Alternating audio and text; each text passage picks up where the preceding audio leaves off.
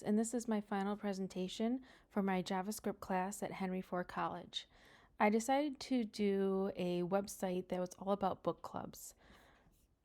So on the main page, there is a navigational bar that when you hover over each name, it's going to change color.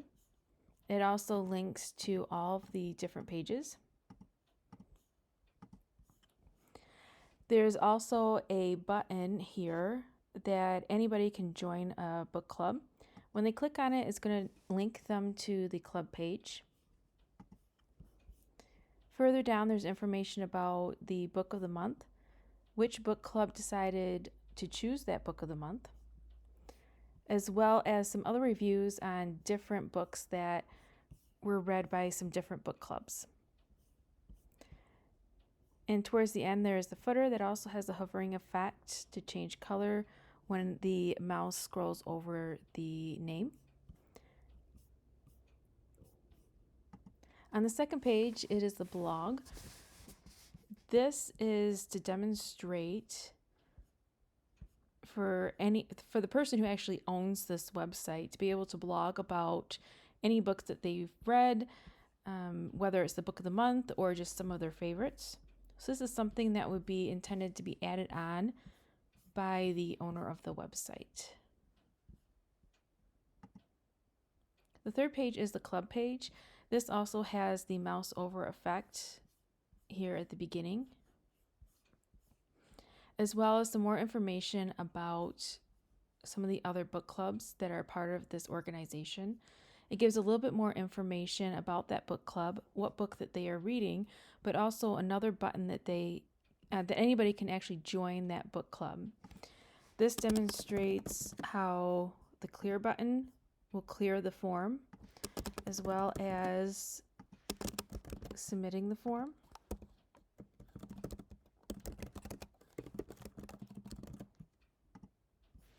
And towards the bottom, there is another form for anybody who wants to start their own book club.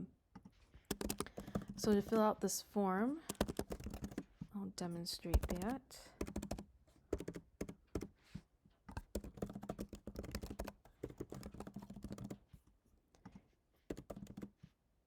You can put which book that you're going to read, but there's also a calendar that's going to pop up as soon as they click on the date for get together. And this is meant for starting your book club. What's going to be the first date that your book club is going to get together to meet up and discuss what was read. So this has the ability to change months. It stops anybody from choosing a month that's already, or choosing a day that's already passed. So when you click on a day that will work, it's going to load that date into the input field. You can also put the location that the club will be meeting up at.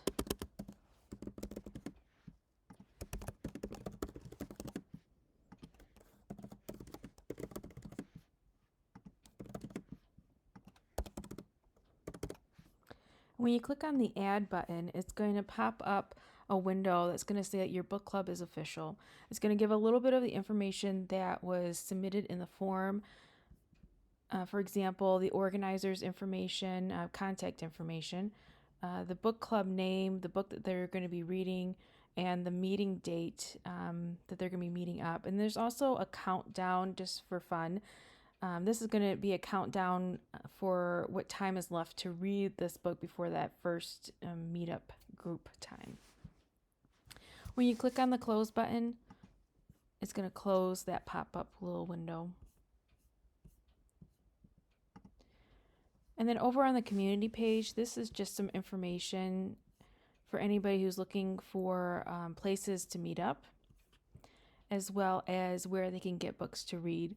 So it can be the library, it can be a bookstore, or even some of those little community book exchange places that are in some different neighborhoods. All this information is fictional. Again, it is meant to demonstrate what it would look like in real life. And then the last page is a coffee form, or I should say drink form.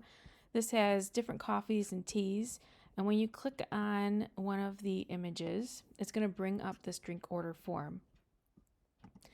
So I'm going to show what someone can do to add to their order. So they pick their drink, they pick their size, and they add it to their order. This is going to show the cost of the drink as well as a total and then a grand total, which includes the tax. They can add multiple drinks. And let's say they screwed up, they need to clear it and start over. They hit the clear button. And then you can start all over again. There also is a form to be able to input their name on the order, any special requests for their drink, as well as payment. Now I'm going to hit the submit button without putting the information in, just to demonstrate that there is an error check on this. So if somebody has not filled out their payment information or their name on their order, it's going to bring up the please complete your highlighted fields. This also works for the drink type as well if I did not choose a drink prior. Clear all button or close button is going to go ahead and close that form out. And this is the presentation for my JavaScript final project.